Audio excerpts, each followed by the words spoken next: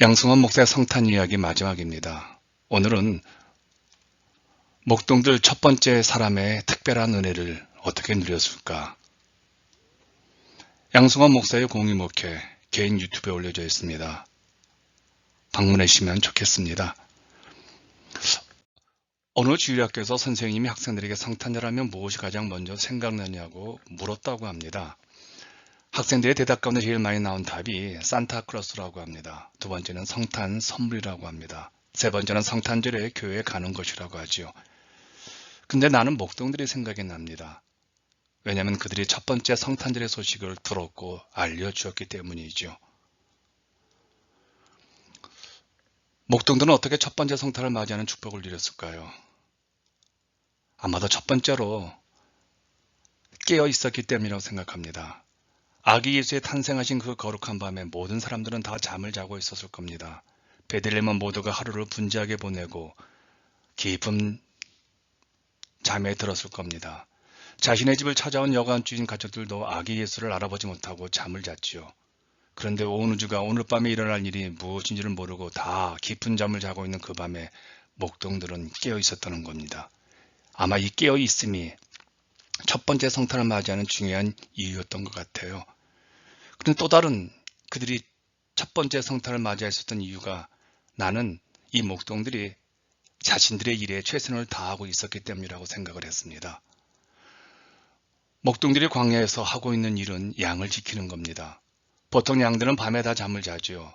그리고 양들이 잠을 잘 때 목동들도 함께 같이 잠을 잡니다. 그런데 이날만큼은 목동들이 잠을 자지 않았습니다. 도대체 얼마나 귀한 양들이 여기에 잠을 자지 않고 밤이 새도록 양을 지켰을까요? 난 이 양들이 성전에서 하나님께 드릴 예배 제사에 쓰여질 특별한 제물이라고 생각을 했습니다.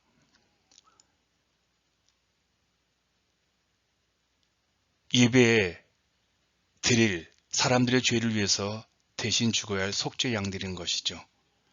제사에 쓰여질 양들은 점도 없는 전혀 흠잡을 데가 없는 상처가 나지 않는 완벽한 양이어야 했습니다. 목동들은 하나님께 제사로 드릴 양들이 몸에 흠이 있으면 안 되기 때문에 밤을 새워서 최선을 다해서 양을 지키고 있었던 것이지요. 자신들이 하고 있는 일들이 하나님께 예배드릴 때에 쓰일 수 있는 것이기에 두 눈을 감기게 만드는 잠의 유혹, 잠시 시선을 다른 곳에 두고자 하는 호기심을 이길 수 있었던 것입니다. 목동들은 자신들이 갖고 있는 이 사명으로 최선을 다해서 행했기에 집중했기에 결국 그들은 천사들의 찬양, 지극히 높은 곳에서는 하나님께 영광이요 땅에서는 기뻐하심을 입은 사람들 중에 평화로더라는 예수 탄생의 소식을 듣고 알리는 인류 가운데 첫 번째 사람이 되었던 것이죠. 첫 번째 사람이 갖는 프리미엄은 엄청납니다. 여러분, 최초로 비행기를 타고 대서양을 단독 횡단한 비행사의 이름에 대하여 상식이 있는 사람은 찰스 린드버그라고 대답을 할 겁니다. 그런데 만약에 두 번째로 대서양을 단독 횡단한 비행사 이름을 묻는다면 대답하기가 쉽지 않을 겁니다. 그분은 버트 행클러였습니다. 버트는 첫 번째 횡단한 비행사 찰스보다 더 훌륭한 비행사로서 대서양을 횡단할 때 린드버그보다 더 빨리 날아갔고 연료도 훨씬 적게 썼다고 합니다. 그런데 왜 버트 헝글러라는 이름을 기억하지 못할까요? 마케팅 원리에서 더 좋은 제품을 팔기보다는 최초로 시작하는 것이 낫다는 원리가 있습니다. 어떤 영역에서의 선도적 브랜드는 거의 대부분 잠재 고객의 기억 속에 맨 먼저 자리 잡은 브랜드이기 때문에 사람들의 마음속에는 두 번째 자리는 잘 기억나지 않는다고 합니다. 그래서 아무리 탁월하고 뛰어난 제품이라 할지라도 후발 상품이 첫 번째 제품의 명성을 이기기가 참 어렵습니다. 제가 어렸을 때 미풍이 그 많은 광고를 했음에도 불구하고 조미료 미온을 이기지 못했던 이유가 후발주자가 갖는 그 한계를 의미하겠죠. 이렇게 첫째 이미지가 갖는 프리미엄은 상상 이상의 특권이고 복입니다. 우리 교회도 이 버지니아주에 첫 번째로 세워진 한인 침례교회입니다. 아니 한인교회입니다. 첫 번째 교회에서 많은 지난 세월 축복을 누렸고 많은 어려움도 누렸죠. 이런 생각을 해봅니다. 첫 번째가 아니라면 우리 교회는 어떻게 되었을까? 상상이 안 갑니다. 목동들이 깨어있는 자리는 광야였습니다. 광야는 이스라엘 백성들의 신앙의 보금자리입니다. 성경의 위대한 인물들이 하나님의 은혜를 받은 자리는 광야였지요.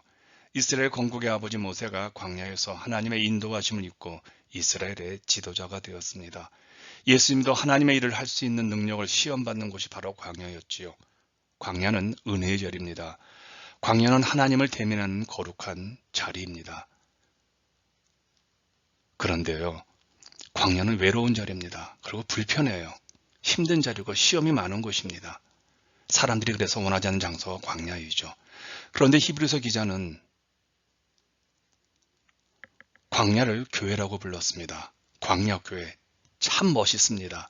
교회가 광야교회라는 겁니다. 하나님의 은혜를 입을 수 있는 이 땅의 유일한 광야가 바로 교회라는 겁니다. 인간이 하나님을 직접 대면할 수 있는 것이 교회라는 것이죠. 교회는 하나님의 영광을 유일하게 체험하는 영적인 광야의 자리입니다. 그래서 저는 지난 수년간 교회 다니지 말고 교회가 되라고 저는 강조하고 있습니다. 교회를 옮겨 다니지 말고 한 교회에서 내가 교회가 되어서 예수 그리스도의 그 영광을 친히 경험하는 늘 그런 설교, 그런 권면을 합니다. 내가 바로 광야 교회라는 것이죠. 성탄절에 우리 모두가 광야교회에서 아기 예수를 만났으면 참 좋겠습니다. 우린 이런 말을 하죠. 우리는 오래 살아왔다. 그리고 내년을 살게 하실 것이다. 여기서 살아있다는 말은 어떤 의미가 있을까요? 시간의 기회가 주어졌다는 겁니다. 전도서 9장 4절에 이런 말이 있습니다. 모든 산자 중에 참회한 자가 소망이 있음을 산개가 죽은 사자보다 나음이니라. 팔레스타인에서는요, 사자는 동물의 왕으로 영험한 짐승으로 여기는 반면 개는 매우 천한 동물로 여긴다고 합니다. 그런데 살아있는 개가 죽은 사자보다 훨씬 낫다는 겁니다. 무슨 의미가 있을까요? 우리가 매일 살아있음에 매일 감격하며 살아가고 생명 있음을 영광스럽게 생각하면서 주님을 위해서 사명으로 이 시간 최선의 기회로 만들라는 것이죠. 제가 좋아하는 말입니다. 챔피언은 링 안에서 챔피언이 되는 것이 아니라 단지 거기서 인정될 뿐이다. 주어진 인생의 시간에 사명감을 갖고 첫 번째 사람으로서 내가 있는 영역에서 인정을 받았으면 좋겠습니다. 전도서 3장 1절에 이런 말이 있습니다. 천하에 범사가 기한이 있고 모든 목적이 이룰 때가 있나니 날 때가 있고 죽을 때가 있으며 심을 때가 있고 심은 것을 뽑을 때가 있으며 그런 것 같아요. 사랑할 때가 있는 것 같아요. 정말 예배 드릴 때가 있는 것 같아요. 한 영혼을 전도할 때가 있는 것 같아요. 그리고 기도할 때가 있는 것 같아요. 그리고 교회를 진실로 섬겨야 할 때가 있는 것 같아요. 평생 이런 기회가 있다고 착각하면 안 됩니다. 하고 싶어도 할 수 없는 때가 온다는 겁니다. 바로 지금 하나님께 주신 기회라 생각하고 주어진 시간 속에서 최선을 다해야 합니다. 이제 새해가 오지요. 여러분들 최선을 다해서 어떤 영역에서는 첫 번째 사람의 그 푸르임의 특권을 누리시고 또 하늘의 복을 마음껏 여러분이 누렸으면 합니다. 그 모진 세월을 이제 올 한 해 이겨내시고 새로운 한 해 여러분이 그렇게 승리하는 첫 번째 사람의 영광을 응원하겠습니다.